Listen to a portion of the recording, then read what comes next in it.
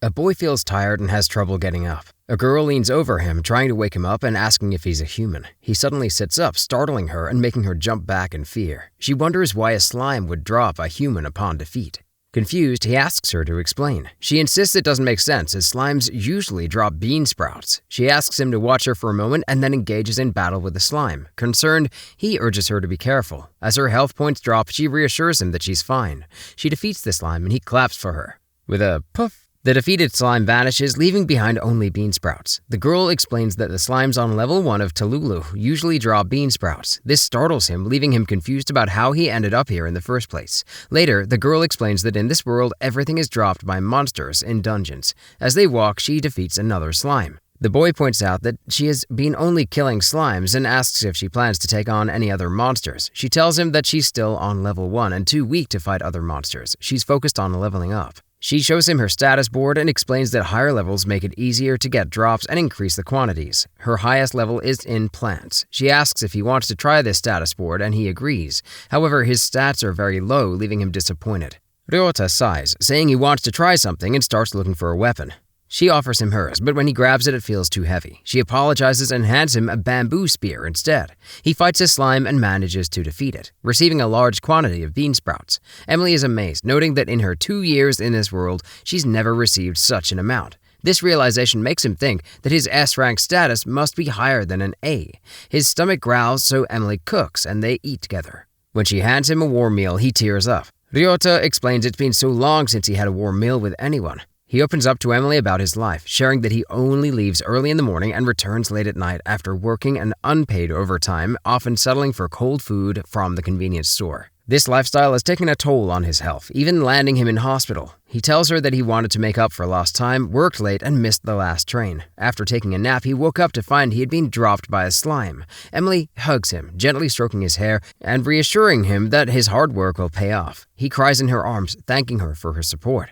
He realizes that he needs to find a place to stay, and Emily mentions that there is a town outside the dungeon where he can find lodging. She tells him she'll be sleeping soon. When he asks why she would sleep in the dungeon, she explains that she doesn't earn much and doesn't have enough money to rent a place. In town, Ryouta discovers that the bean sprouts he collected are worth 200 pilos, while a room for the night costs 2,000 pilos. After checking the prices for what he needs, he realizes that he must continue fighting slimes to earn more. 3 days later, he takes Emily to an apartment he rented with the money he earned. She beams with pride at his accomplishment. Ryouta hands her a key and she looks confused. He explains that the apartment is for her as a thank you for all her support. Emily becomes emotional at the gesture. Before he leaves, she holds his hand and asks him to live with her. At the Adventurers Guild, Ryouta sells more bean sprouts. Urza, the secretary, informs him that on the second level of Telulu, monsters drop carrots. She also mentions the recent Nihonium dungeon and how the Neptune group, the strongest organization in Sekro, is investigating what's been dropped there. Urza asks him out for a drink, but he declines. When he returns home, he's stunned by how Emily has organized the apartment. Curious about the Nihonium, Ryouta investigates and learns that it only drops special items for those with rank S drops to boost their stats. He defeats skeletons that drop seeds, which increases HP. Meanwhile, Emily also fights skeletons but can't pick up the seeds or benefit from them since she isn't rank S. Later, Ryouta ventures to Telulu's second floor to gather carrots, but he's mocked by other adventurers for being level 1. A strange bunny girl claims to hate level 1s. Surprisingly, she follows him home, slapping him and declaring that she loves him. Emily asks Ryouta who the bunny girl is, and he replies that he wants to know too. The girl then brings in other men, slapping each one until they collapse and die. She turns to Ryouta, noting that he's the only one she slapped who is still alive despite his low level. Curious, he asks her why she came. She shows him a carrot that he dropped in the dungeon, explaining that she wants more carrots. Then she notices the large number of carrots inside his apartment. Emily invites the bunny girl to eat with them, and she gets excited. They share a meal, and the girl is delighted and grateful for the food. Afterward, Emily tells Ryouta that before he came into her life, she often ate alone, but now she feels very happy with his presence. This reminds Ryouta of his own past. Later, in the Nihonium Level 2 dungeon, Ryouta battles a zombie, but his bamboo spear breaks in half during the fight. However, his strength increases when he defeats the zombie. The bunny girl watches in astonishment and asks if he has any carrots. Ryouta promises that he will join her on level 2 of Telulu to defeat monsters and gather more carrots. In Telulu, Ryouta watches an experienced adventurer pushing his trainees beyond exhaustion, reminding him of his old boss, who used to assign impossible tasks. Emily sets out the lunch she made. Eve joins them, excited to taste Emily's food again. As they eat, the same man walks by and insults Ryouta for being so laid back. Eve quickly stands up for him, pointing out that the man's effort is wasted since Ryouta gets better items without even trying. Ryouta and Emily share a wish for a magic cart to increase their carrying capacity, but a quality one costs 10 million. Determined, Ryouta decides to save up until he can afford it. Suddenly, a stray, a type of monster that appears when dungeons are invaded, drops into the town, sending even adventurers running in fear. The massive gorilla almost punches Urza, but Ryouta leaps in to stop it. Soon, Eve joins in with other adventurers, and together they engage in a fierce battle against the creature. They manage to defeat it, earning cheers from the townspeople. To their surprise, the gorilla drops an item. Emily and Ryouta are taken aback when they discover the item from the gorilla is actually a gun, along with a few bullets.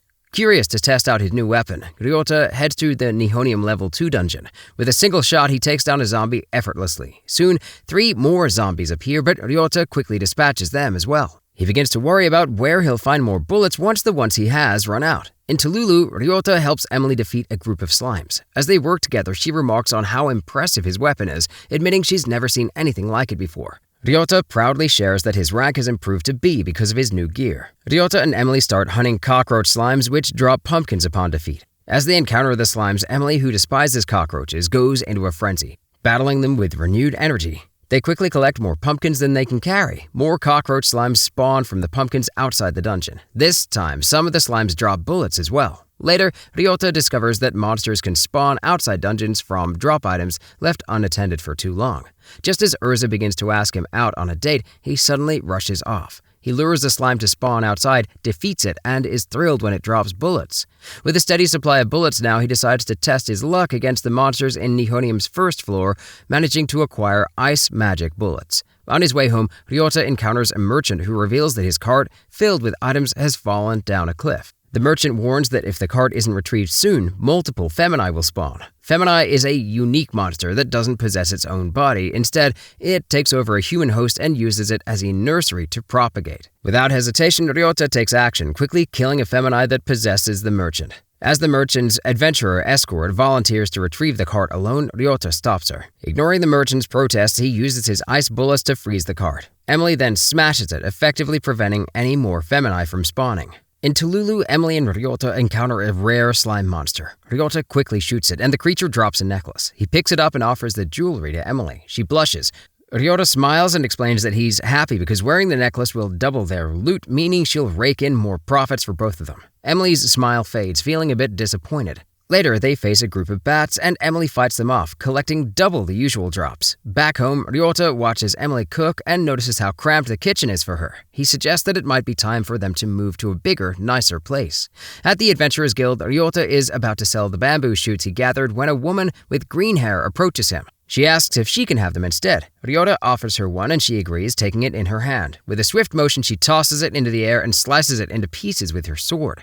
After tasting it, she buys the bamboo shoots from Ryouta and leaves satisfied. Urza reveals that the woman is Eric Macy, a gourmet connoisseur. Worried that Ryouta might be taken advantage of by someone like her, Urza helps him secure the trademark rights to the Ryouta bamboo shoot. In the Nihonium dungeon, Ryouta encounters Crown Princess Margaret and her guards. They reveal an intriguing discovery. Monsters that don't drop regular items are actually dropping oxygen, which is highly valuable when bottled. Realizing they need a magic cart more than a new house, Ryouta and Emily head to Orton's shop, only to be greeted by his young daughter, Olga, who tells them that Orton has gone missing in the arsenic dungeon. Ryouta and Emily rush to find Orton, and after ensuring his safety, they assist him in locating a floating monster he needs to craft a new cart. Grateful for their help and for saving the city from a rampaging gorilla, Orton rewards them with the cart for free. Later, after a successful hunt with Emily, Ryouta brings their drops to the guild to sell. While there, he steps in to save Urza from a violent customer. In a moment of gratitude, Urza impulsively kisses him, leaving both of them feeling embarrassed. With the magic cart in hand, Ryouta and Emily make enough money for a new house in just 3 days. Despite the upgrade, they decide to keep their old house for the memories. Eve quickly visits their new home to stock up on her beloved carrots. In the Nihonium dungeon, Ryouta finds himself in a battle with a mummy, but quickly realizes he's out of bullets. Forced to rely on his fists, he easily defeats the monster, and in the process his strength and speed levels up. Afterwards, Ryouta heads to the guild for a break. A man sits down with him and greets him casually. Before Ryouta can ask who he is, two attractive women approach the man sitting on either side of him. The man introduces himself as Neptune and reveals that he's heard a lot about Ryota's feats in the area. Neptune expresses an interest in arm wrestling with Ryouta. Ryouta, intrigued, agrees. Despite Ryota's S-level strength, he manages to win in the end. Impressed, Neptune insists that Ryouta should join his team. However, Ryouta refuses. At home, Emily calls Ryouta a hero, causing him to blush. Later, he returns to the Nihonium dungeon and once again crosses paths with Princess Margaret and her team. This time, he notices several strange boxes with them. One of the adventurers explains that the boxes are their company's latest invention, the Pandora box. As a gesture of goodwill, the man gives Ryouta a few of the boxes to try out and asks him to spread the word about the product to his friends. The item turns out to be incredibly useful, automatically collecting dropped items. Ryouta uses it as a shortcut to gather bullets in larger quantities, and even discovers fire bullets and a mystery bullet among the drops. Soon after, a magic storm occurs, and Urza explains that it nullifies all magic and prevents monsters from dropping items. An adventurer bursts into the guild pleading for help, explaining that his partner has been left behind in the Silicon dungeon.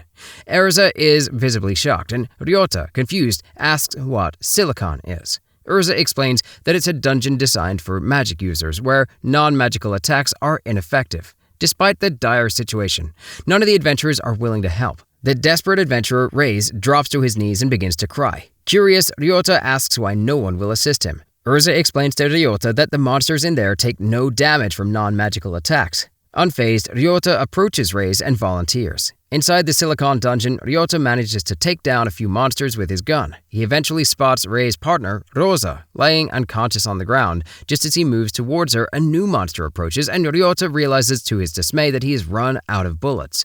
Meanwhile, back at the guild, Emily learns of the situation and rushes to find Ryouta, fearing he may be in danger. Determined, both Emily and Eve hurry to the dungeon, bringing Ryouta more bullets by copying his Pandora box shortcut. As flying monsters close in on Ryouta, he carries Rosa on his back, trying to escape the dungeon. Emily and Eve arrive just in time with the bullets, allowing them to fend off the monsters and successfully retrieve Rosa. However, due to the magic storm, Reyes is unable to heal her. In a sudden realization, Ryouta remembers the mystery bullets he discovered earlier. He fires one at Rosa, revealing that the bullet is a healing bullet, which miraculously revives her. Ryouta heads to the guild to inform Urza that he's collected watermelon drops today and asks if she can appraise them. Just then, the woman with green hair enters the guild, announcing that she'll assist with his goods right away. She samples a slice of watermelon and is immediately impressed by how delicious it tastes. However, her happiness quickly fades when she notices the excitement among the guild members, who are thrilled to learn that the source of the watermelon is Ryouta, the same person who came up with the bamboo shoots. Urza asks Ryouta if they can sell the Ryouta watermelon through an exclusive contract as well. Overjoyed at the prospect of a second reliable source of income, Ryouta agrees. Curious, Urza asks him if he's obtained a license since the watermelons are dropped at level 5 in the Telulu dungeon. Ryouta looks puzzled, unsure of what she means. Urza explains that to explore deeper floors, he will need a license to venture below floor 5. Later, the licensing examiner summons a steel slime from the 6th floor, and Ryouta easily dispatches it, earning his license without any trouble. Feeling confident, he decides to push his luck further. He forces another gorilla to spawn, swiftly defeating it as well. The Edelbird group, which corruptly controls Silicon's 6th floor, refuses to sell any more rice unless Urza agrees to raise the price. This puts a strain on the local adventurers and the guild. In response to the escalating situation, Neptune is hired to eliminate the corrupt group. However, Ryouta, determined to handle the issue himself, decides to step in. Armed with his new sleep bullets, he infiltrates the Adelbird group's hideout. With precise shots, he puts the members of the group to sleep, neutralizing the threat without the need for violence. Clint Gray, the dungeon chief of Sekro, approaches Ryouta with a pressing issue regarding the Selen dungeon. He explains that the Hetero village has a monopoly on meat dungeons while Sekro specializes in vegetable dungeons. However, since Selen drops both types of items, Clint needs Ryota's skills to temporarily increase the ratio of vegetable drops. This way, Sekro can claim Selen and its meat drops as well, freeing them from reliance on Hetero for meat. Ryouta decides to take Emily with him on this mission. While camping overnight, he makes a surprising discovery. Even household trash can spawn monsters if it isn't burned properly. After encountering and defeating a monster that emerges from the trash, Ryouta finds homing bullets which have the ability to chase targets if the first shot misses. Upon arriving at the Selene dungeon, Ryouta and Emily are confronted with the sheer amount of trash generated by hunters is becoming a serious hazard. As they survey the scene, Ryouta spots a fire mage responsible for incinerating the trash. However, he quickly realizes from her symptoms that she is severely overworked. Just as he processes this, the fire mage collapses from exhaustion.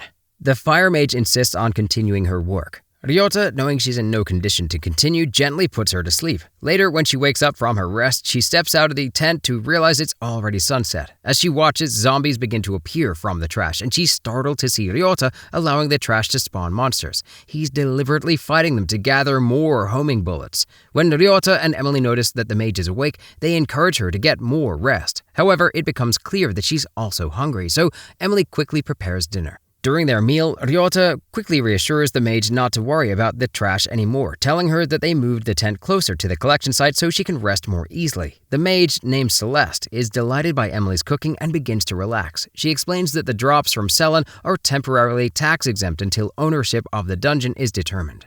As a result, hundreds of adventurers are taking advantage of the opportunity, creating an overwhelming amount of trash. Ryouta and Emily promise to help Celeste whenever they can. As the conversation continues, Celeste, still exhausted, falls asleep again mid-sentence.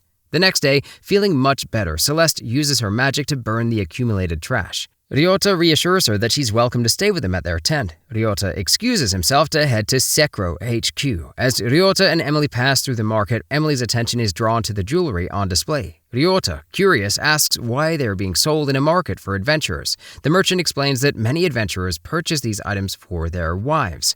Emily, admiring the beautiful rings, expresses her admiration but laments that a 1 million pilos ring is much too expensive for her. Upon arriving at Sekro HQ, Ryouta meets Duke, the representative from Sekro, who explains that adventurers will capture vegetable monsters for Ryouta to kill, increasing the S-level vegetable drops. To aid in this mission, they even catch a rare monster for him. However, on the other side, Harvard, the representative from Hetero, attempts to sabotage Ryouta's efforts. He hires an F-rank adventurer to kill as many vegetable monsters as possible, ensuring no valuable drops occur. Despite this, Ryouta skillfully uses his new homing bullets to defeat the rare monster on his own. Ryouta surprises Emily by buying the expensive jeweled ring she had admired earlier. Later, Harvard manipulates a powerful meat-dropping monster to attack Ryouta, aimed to sabotage Sekro's claim to Selene by forcing Ryouta to kill it and drop S-level meat. However, Emily intervenes and kills the monster herself, resulting in no drop since her rank F items prevent the drop of valuable loot. Frustrated, Harvard escalates the situation by hiring triple the number of hetero adventurers, pressuring Ryouta to hunt only the rarest monsters with the best drops. To make matters worse, Harvard fires Eugene and his fellow adventurers, blaming them for failing to stop Ryouta. In retaliation, Eugene and his group attempt to ambush Ryouta. After Ryouta defeats them and uses his healing bullets to treat their injuries, Eugene realizes he had misjudged Ryouta, gaining a new respect for him. Celeste overworks and faints again, but Ryouta heals her. She explains that she faints because she can only use one spell, Inferno, which drains all her magic after just a few uses. The situation worsens as there's more trash than usual due to Selene's dungeon master appearing, causing adventurers to work overtime. Neptune has already been hired to kill the dungeon master, but Hetero refuses to send a team to assist, hoping that the dungeon master's survival will undo all of Ryouta's efforts. Determined, Ryouta volunteers to handle the situation himself, with Emily and Celeste by his side. They face the dungeon master, a bicorn, who can make itself immune to all damage with a magic barrier. During the intense battle, Celeste realizes her feelings for Ryouta and pours all her magic into burning away the barrier, allowing Ryouta to deliver the final blow and kill the bicorn. The drop, Bihorns, allows Celeste to use a less powerful fire spell that costs 0 magic, ensuring she'll never faint again. With the dungeon master defeated, Sekro Village is awarded ownership of Selene. Neptune, frustrated by Hetero's sabotage, punishes Harvard for his deceitful tactics. Thrilled with the victory, Ryouta and Emily invite Celeste to join them in Sekro, and she accepts. The next day, Ryouta, Emily, and Celeste arrive in Sekro, but all eyes are on Celeste, captivated by her beauty. They run into Urza, who is surprised to see Celeste and wonders who she is. Ryouta explains that Celeste is the newest member of his party. Before leaving, Urza asks him to drop by her shop later because she wants a favor for the upcoming Harvest Festival. Curious, the three of them wonder what the festival is about. While gathering information, they learn that the goods collected in dungeons are put on display during the festival, and those goods eventually turn into strays that adventurers fight in an arena. Celeste, confused about the process, watches as Ryouta shows her a box, revealing that he gathered seeds from Nihonium while they were gathering intel. With those seeds, Ryouta maxes out his speed. Suddenly, strays appear and Ryouta charges in a battle. Celeste looks concerned, but Emily assures her that Ryouta will be fine. After defeating the strays, Ryouta discovers a new type of bullet and wonders about its effects. Suddenly, explosions rock the town as a powerful stray appears. Emily charges at it and Celeste casts her Inferno spell, creating a towering pillar of fire. But the stray survives and attacks Emily. Ryouta steps in, pushing the stray back before launching it into the air and shooting it with his new bullets, which bind its movements. With the monster immobilized, Ryouta uses an erasing bullet to finish it off. The monster drops a pouch that automatically collects the loot. Emily's hammer, however, breaks during the fight. The next day, they visit a weapons dealer who offers to make Emily a new hammer if she helps to advertise his business. Emily agrees and the dealer starts working on her new weapon.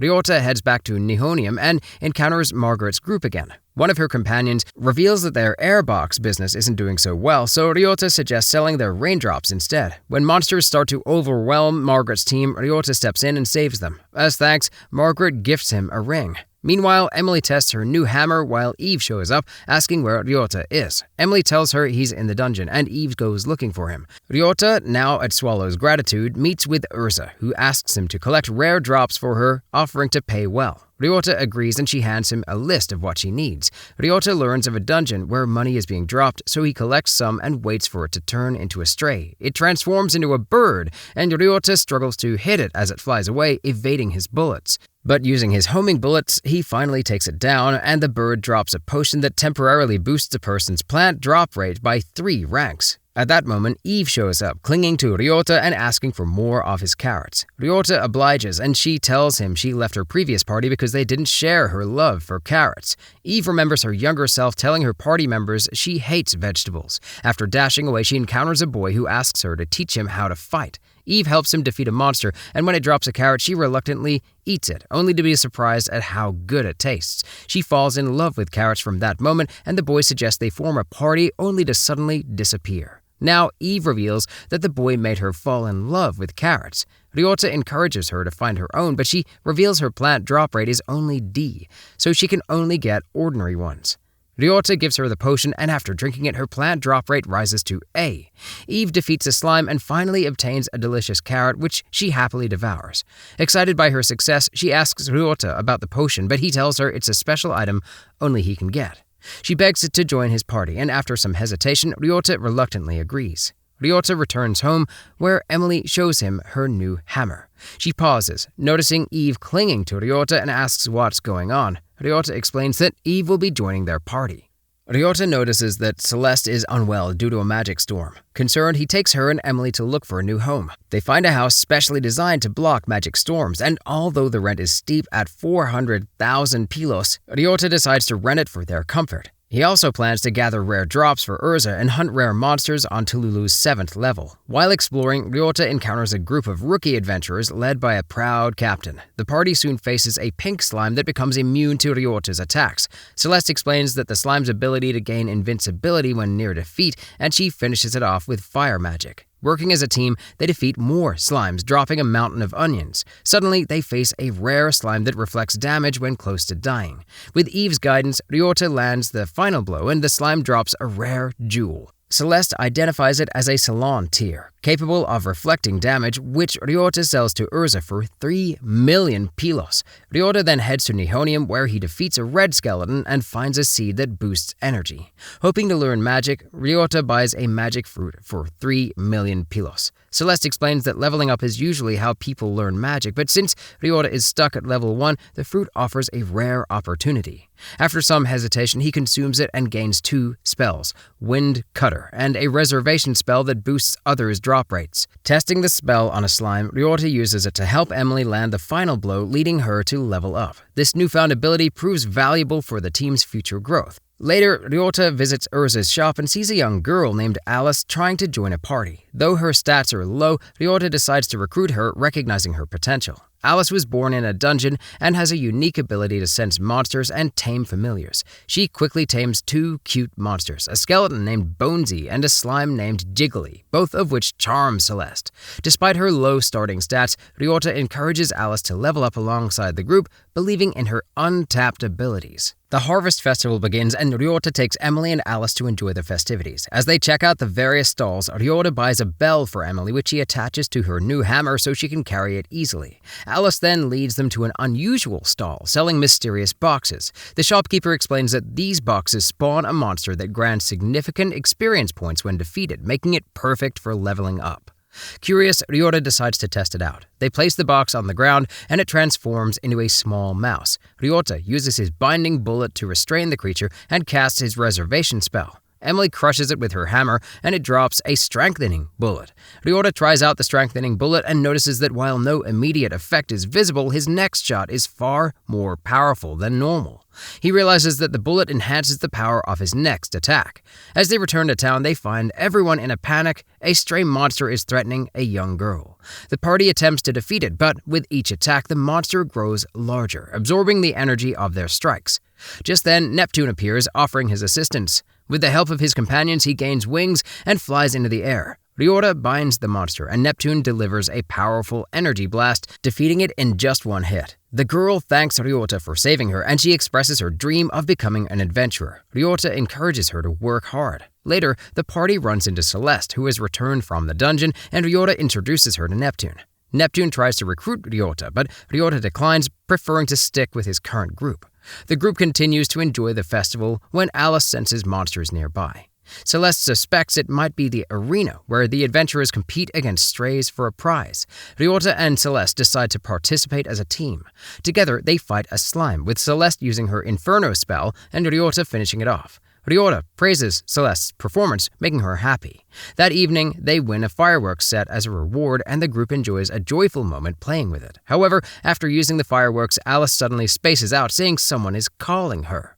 Ryouta stops her, causing her to regain consciousness. When he asks where the voice is coming from, Alice points toward the Nihonium dungeon. Ryouta decides to investigate the next day. The following day, Ryouta meets Clint, who informs him that monsters in the dungeons have stopped dropping items, a first in the history of the dungeon system. Concerned, Clint asks Ryouta to investigate. Ryouta and his party return to Telulu, where they overhear adventurers complaining about the situation. Eve orders Ryouta to kill a slime for a carrot, even though Ryouta doubts it will drop anything. To his surprise, the slime drops a carrot. This makes Ryouta wonder why drops are only missing for the other adventurers. Ryouta recalls the voice Alice heard in Nihonium, a dungeon known for not dropping items for most adventurers. With a theory forming, he rushes to Nihonium's 4th floor, where he encounters a mysterious girl. Ryouta suspects she's the reason behind the missing drops and tries to attack her, but his bullets pass right through her, and she easily kicks him away. Ryouta realizes that none of his special bullets work on her, and he's at a loss for how to defeat her.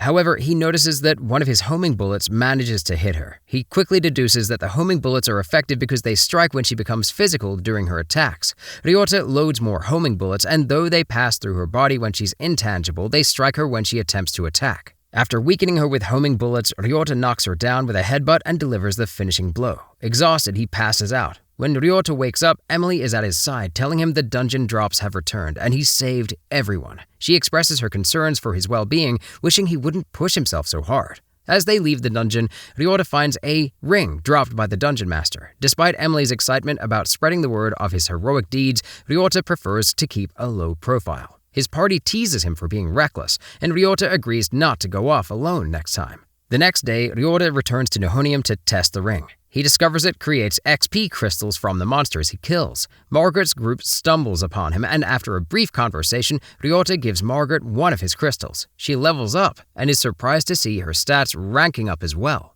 Ryouta, impressed by the power of the ring, helps Margaret level up even more. Margaret is overjoyed, but Ryouta quickly departs before she can express her gratitude.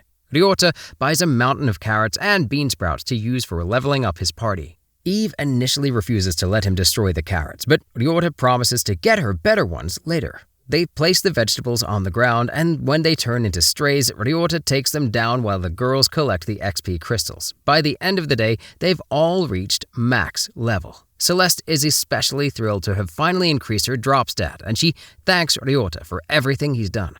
Emily feels sad that Ryouta can't gain any experience for himself, but Ryouta reassures her that the experiences he's had in this world are more valuable than any level-ups. With everyone at max level, Ryouta thinks it's time for them to take the next step as a family. The next day, they walk through town, now quite famous for their achievements. Emily and Celeste easily pass their dungeon licensing tests.